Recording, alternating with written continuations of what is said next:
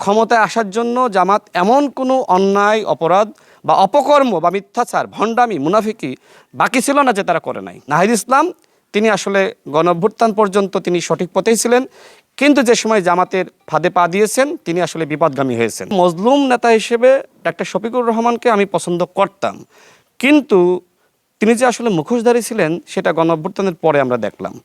তিনি সর্বপ্রথম বাংলাদেশে আওয়ামী লীগকে সাধারণ ক্ষমা ঘোষণা করেছেন, অর্থাৎ গণঅভ্যুত্থানের সাথে সর্বপ্রথম বেইমানি করেছে ডাক্তার শফিকুর রহমান। সুতরাং এই শফিকুর রহমান সাহেবকে নিয়ে এখন কি বলবো, তিনি নাকি বিএনপির পতন ঘটিয়ে দিবে।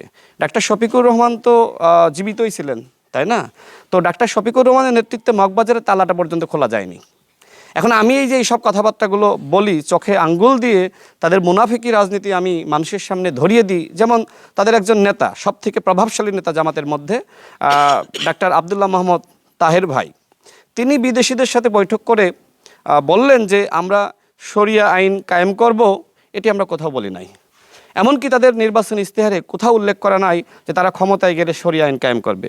এই মুনাফিক রাজনৈতিক দল এখন জাতীয় সংসদে প্রতিদিন মানুষকে আইওয়াশ করার জন্য বলছে যে আমরা কোরআনের আইন চাই, আল্লাহর আইন চাই, শরিয়া আইন চাই। এই যে ভণ্ডামি জামাত ইসলাম নিয়ে করছে, তাই না? এর আগে নির্বাচনের আগে দেখেছি জান্নাতের টিকিট বিতরণ করা।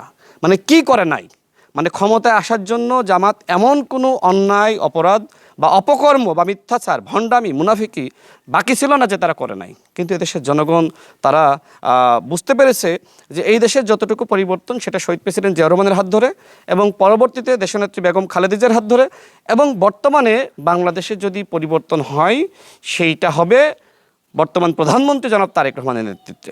আমি এদেশের জনগণকে বলবো যে বাংলাদেশে যদি পরিবর্তন হয় সেটা জনাব তারেক রহমানের হাত ধরেই হবে। নাহিদ ইসলাম তিনি আসলে গণঅভ্যুত্থান পর্যন্ত তিনি সঠিক পথেই ছিলেন, কিন্তু যে সময় জামাতের ফাঁদে পা দিয়েছেন তিনি আসলে বিপদগামী হয়েছেন।